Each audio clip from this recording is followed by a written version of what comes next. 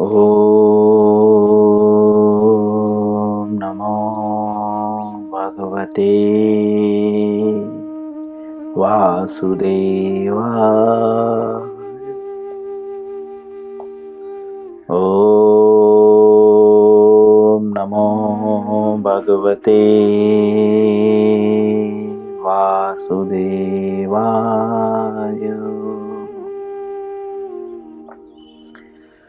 ॐ नमो भगवते वासुदेवाय।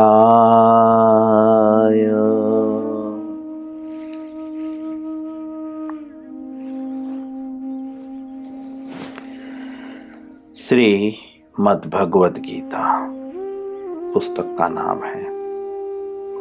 अध्याय 11। अध्याय का नाम है विराट रूप। श्लोक संख्या पहला।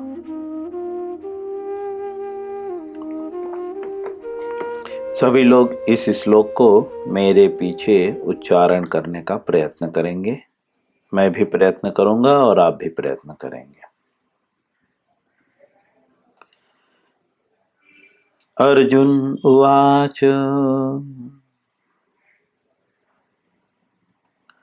मद अनुग्रहाय परमम् गुह्यम् आध्यात्म संगीतम् यत्त्वयोक्तं वचस्तेन मोहोऽयं विगतो मम।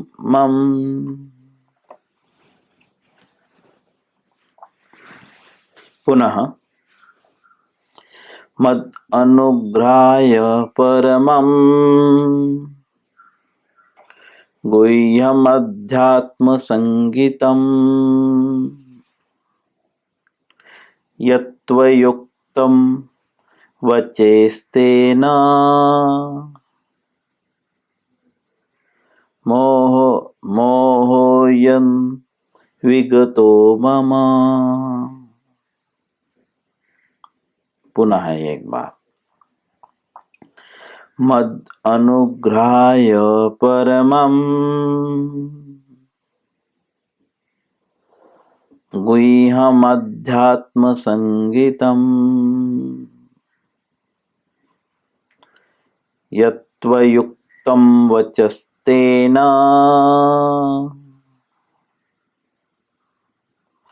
मोहोऽयं विगतो मम।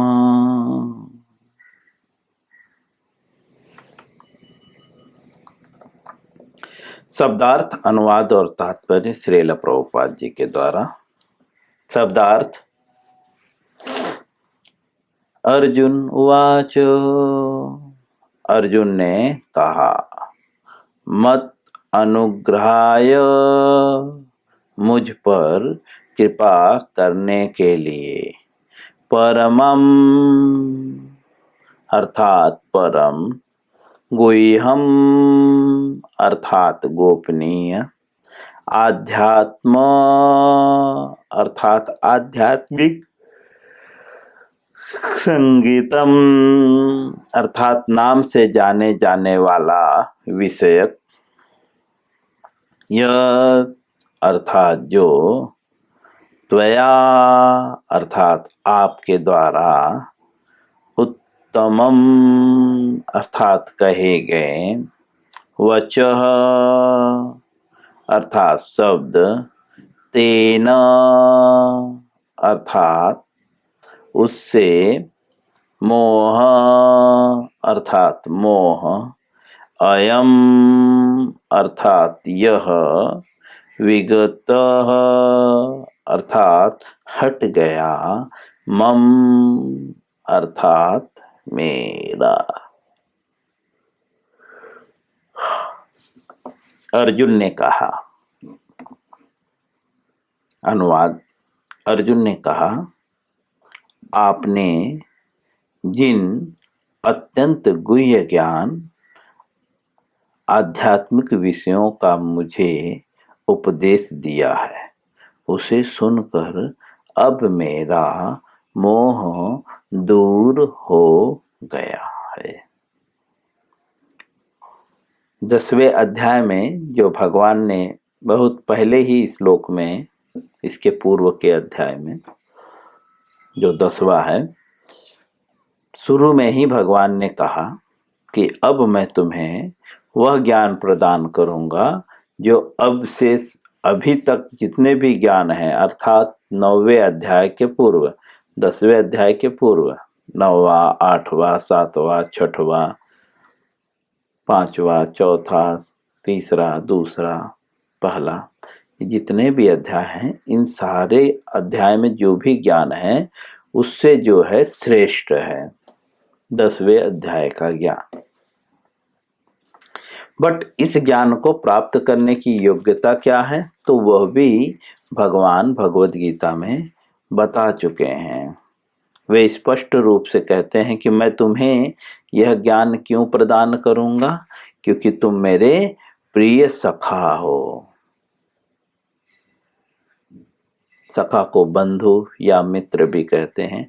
यही शब्द जो है इसके पूर्व के भी अध्याय में बताया गया है। भगवान दूसरे अध्याय में भी बोलते हैं, क्योंकि तुम मेरे मित्र हो और मेरे भक्त हो, इसीलिए मैं तुम्हें ये ज्ञान प्रदान कर रहा हूं। अब यहाँ पे भी 10वें अध्याय में भी पहले श्लोक में भी कहते हैं, क्योंकि तुम मेरे प्रिय हो, सखा हो, इसलिए जो है मैं तुम्हें अब वह ज्ञान प्रदान करूंगा जो सारे ज्ञानों में श्रेष्ठ है। अब इस अध्याय में 11वें अध्याय में अर्जुन भगवान से कहता है कि आपने यह जो ज्ञान प्रदान किया है, जो आध्यात्मिक नाम से जाना जाता है, उसके उपदेश से जो है, आपने जो उपदेश दिया उससे मेरा मोह दूर हो गया। ठीक है।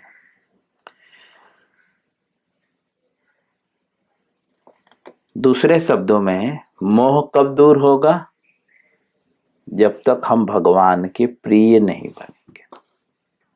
क्योंकि अर्जुन का मोह कब दूर हुआ, जब भगवान ने अर्जुन को एक्सेप्ट किया कि तुम मेरे प्रिय हो, मित्र हो, सखा हो, इसलिए मैं आपको ज्ञान प्रदान करूंगा।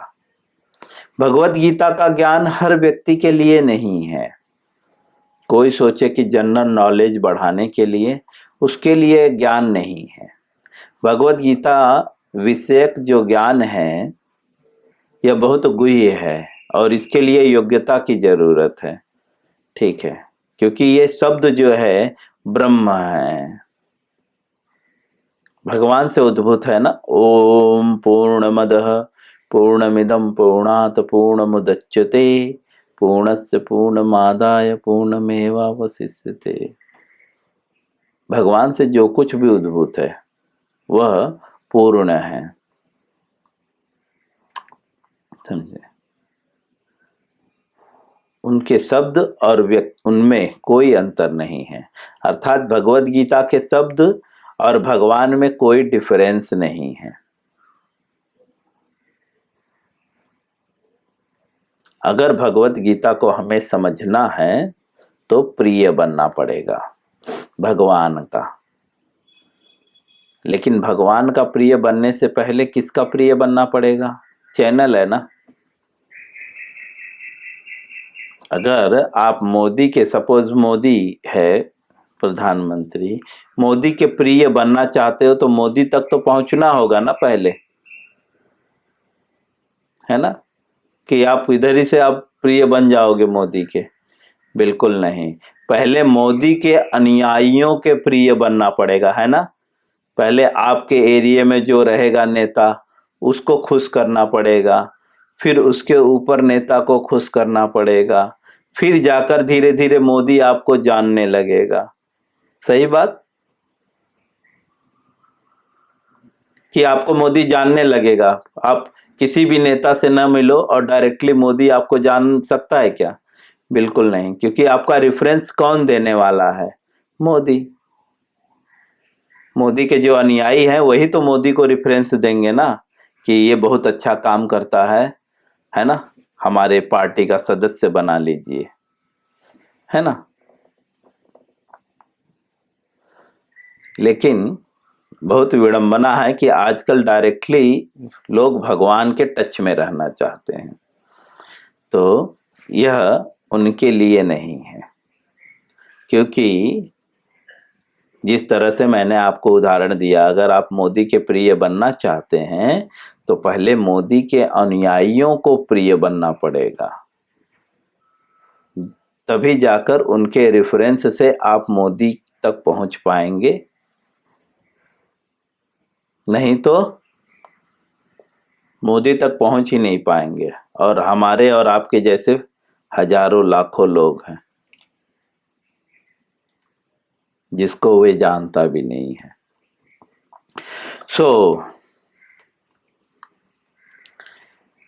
क्योंकि अर्जुन भगवान का प्रिय मित्र था, इसलिए भगवान ने अर्जुन को वह ज्ञान प्रदान किया जो सारे ज्ञानों में श्रेष्ठ है। या दूसरे शब्दों में, भगवद गीता को समझने के लिए कृष्ण का प्रिय बनना होगा, और कृष्ण का प्रिय बनने के लिए कृष्ण के अनुयायियों का प्रिय बनना पड़ेगा। और कृष्ण के अनुयायी कहते क्या हैं? भगवान की भक्ति करो, माला जप करो, है ना, मंगला आरती उठो। जब ये सारी चीजें जो उनके द्वारा बनाए गए नियम हैं, जैसा कि चैतन्य महाप्रभु भी कहते हैं, ना धनम ना जनम ना सुंदरीम कविताम वा जगदीश कामये मम जन्मनि जन्मनीश्वरे भवता भक्ति है तकीत्वहि। ऐसे और भी बहुत सारी बातें चैतन्य महाप्रभु कहते हैं। भगवान स्वयं भी कहते हैं कि अगर मेरा प्रिय बनना है तो क्या करना होगा? ऐसे व्यक्ति के पास जाना होगा जो मेरा भक्त है। और कैसे जाना होगा? ऐसे ईगो से नहीं कि अरे मैं भगवान की भक्ति करना चाहता हूं, बिल्कुल नहीं। तीर्ण के समान विनित भाव से, तत्विद्धि परिप्रातेन परिप्रश्नेन सेवयः उपदच्छन्ति ते ज्ञानम ज्ञानिन तत्वदर्शिन। तब वह तत्वदर्शी व्यक्ति जो है आपको ज्ञान प्रदान करेगा। और फिर जब भगवान आप भगवान के प्रिय हो जाएंगे, तब जो है आपका मोह दूर हो जाएगा।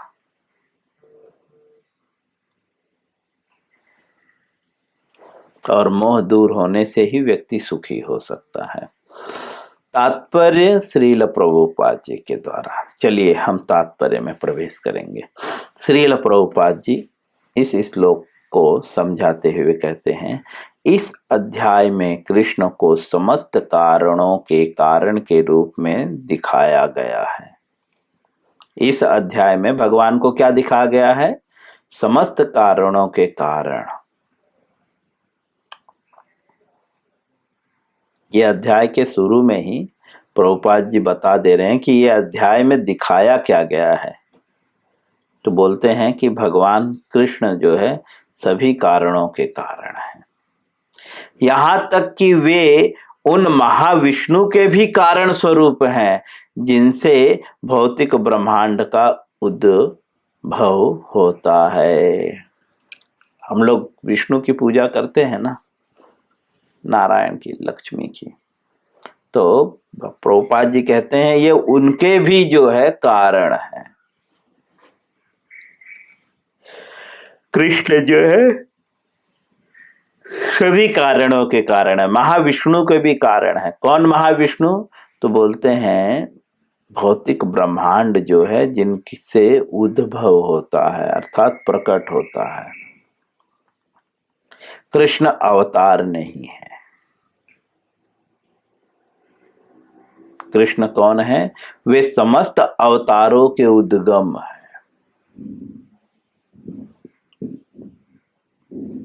इसकी पूर्ण व्याख्या पिछले अध्याय में की गई है। भगवान जो है समस्त अवतारों के उद्गम है, इसकी पूर्ण व्याख्या कहाँ पे की गई है? पिछले अध्याय अर्थात अध्याय 10 में। अध्याय 10 में किस चीज की व्याख्या की गई है? कि भगवान जो है सारे अवतारों के उद्गम है। अब यहां तक अर्जुन की जहां तक अर्जुन की बात है, उसका कहना है कि उसका मोह दूर हो गया। इसका अर्थ यह हुआ कि कृष्ण को अपना मित्र स्वरूप सामान्य मनुष्य नहीं मानता, अपितु उन्हें प्रत्येक वस्तु का कारण मानता है। अर्जुन अत्यधिक प्रबुद्ध हो चुका है और उसे प्रसन्नता है कि उसे कृष्ण जैसा मित्र मिला। प्रभुपाद जी कहते हैं कि अर्जुन जो है कहता है कि उसका मोह दूर हुआ, अर्थात वह ये मान लिया कि कृष्ण जो है एक सामान्य व्यक्ति नहीं है, सामान्य मनुष्य नहीं है, अपितु वे कौन है? प्रत्येक वस्तु के कारण। लेकिन उसे प्रसन्नता है। क्यों प्रसन्नता है? क्योंकि कृष्ण उसे अपना मित्र कह रहे हैं।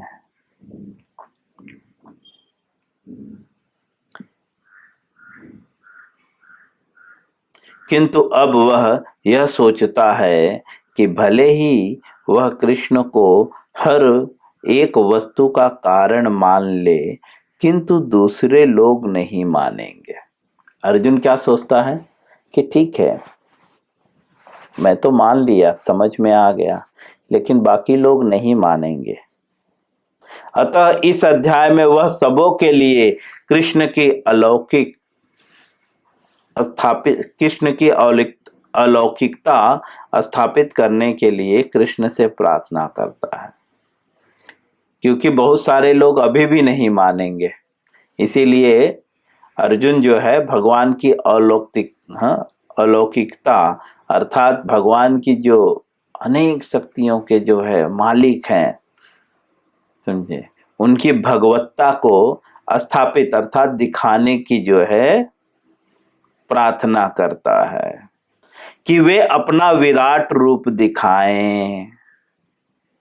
अभी प्रार्थना नहीं किया है, बट प्रभुपाद जी जो है अध्याय के पूर्व ही बता दे रहे हैं कि इस अध्याय में क्या क्या होने वाला है।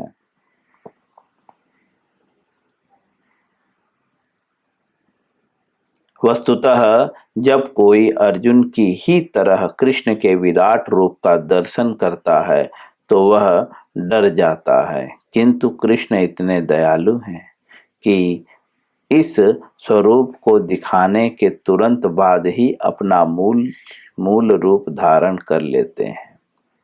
प्रभुपाद जी कहते हैं कि जब भगवान अपना विराट स्वरूप दिखाते हैं तो अर्जुन भी डर जाता है, लेकिन भगवान जो है, और अर्जुन की तरह हम भी डर जाएंगे, लेकिन भगवान बहुत दयालु हैं, इमीडिएटली जो है तुरंत जो है अपना मूल स्वरूप धारण कर लेते हैं।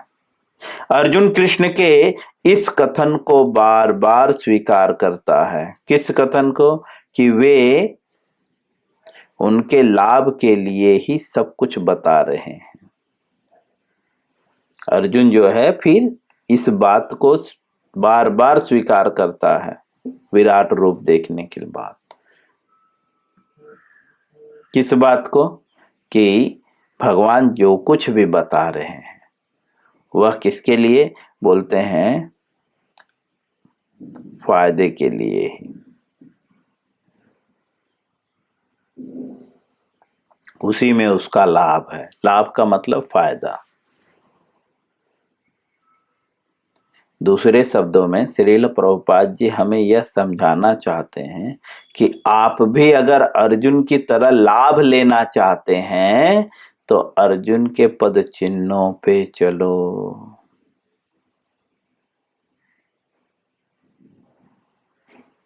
अर्जुन क्या ऐसा किया कि हम करें? तो सबसे पहले अर्जुन भगवान की शरणागति को स्वीकार किया। और किस किस स्थिति से? क्या बोलते हुए? कार्पण्य दोषोपहत स्वभाव पिच्छामि त्वाम धर्म समूढ़ चेत यस्रेहस्यात् निश्चित ब्रूहितन में शिष्यस्तेहम स्याधिमाम त्वाम प्रपन्न।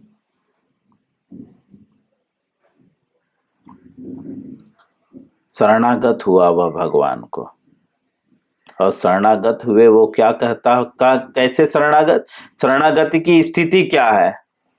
सिर्फ हाथ जोड़ के खड़े रहना है? पवित्रा डाल के एकदम आयरन मारा हुआ कपड़ा, एकदम भगवान के सामने ऐसे खड़े हैं कि भगवान से ज्यादा ये खुद को ही दिखाना चाह रहे हैं? नहीं, अर्जुन बोलता है कार्पण्य दोषों में, मेरी कृपण दुर्बलता के कारण वो अपने को कृपण मान रहा है। बट हम भगवान के सामने कैसे खड़े होते हैं? तो मैं तो ब्राह्मण हूं, हमेशा ऐसे टाइट एकदम, कृपण तो मान ही नहीं रहे हैं। अपहत स्वभाव पिच्छामि त्वाम धर्म समूढ़ चेत। और क्या पूछ रहा है? बोल रहा है कि आप मुझे बताइए धर्म क्या है? यस्रेहस्यात् निश्चित ब्रूहितन में। आप ये मत सोचिए कि मैं जो सोच रहा हूं उसमें मेरा हित है, मेरे लिए जो हित है वो बताइए। बट हम भगवान से क्या कहते हैं? प्रभु मेरा हित इसमें है, बस आप इस हित का मैं कैसे, ये हित कैसे मेरा हो, वह आप रास्ता बताइए। ये हम लोग भगवान से कहते हैं। लेकिन अर्जुन भगवान से क्या कहता है? मेरा हित जिसमें है वो बताइए, मैं जो मेरा हित जो मैं सोच रहा हूं वो नहीं। निश्चित रूप से बताइए, क्योंकि कष्ट होगा ना। हम तो भगवान के पास जाते हैं, हम पहले से ही डिसाइड कर लिए हैं कि हमारा हित किसमें है। मुझे डॉक्टर बनना है, मेरा हित इसमें है, तो प्रभु डॉक्टर बनाइए। लेकिन अर्जुन क्या बोलता है? आप मुझे बताइए कि मेरा हित किसमें है।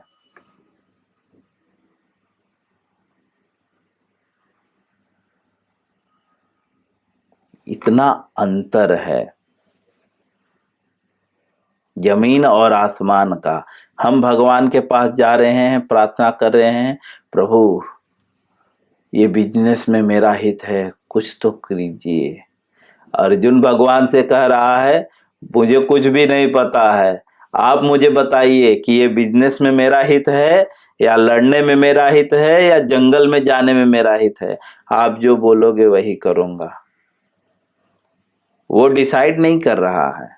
तो भगवान की शरणागति स्वीकार करने का अर्थ यह है कि आप डिसाइड न करें कि मेरा हित किस में है, जैसा कि आजकल लोग करते हैं। तब जाकर अर्जुन जैसा लाभ प्राप्त होगा। अतः अर्जुन इसे स्वीकार करता है कि यह सब कृष्ण की कृपा से ही घटित हो रहा है। अर्जुन स्वीकार करता है ये सब किसे हो रहा है? बोलते हैं कृष्ण की कृपा से। लेकिन हम लोग नहीं स्वीकार करते कि ये सब कृष्ण की कृपा से होता है। हम तो बोलते हैं मेरे पास दिमाग था ना, देखा मैंने कैसे कर दिया है?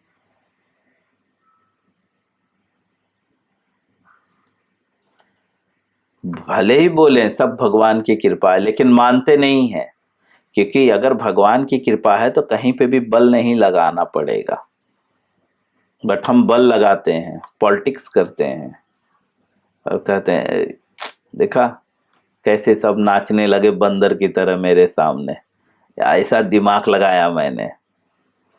लेकिन अर्जुन मान लिया कि ये सब कृष्ण की कृपा है।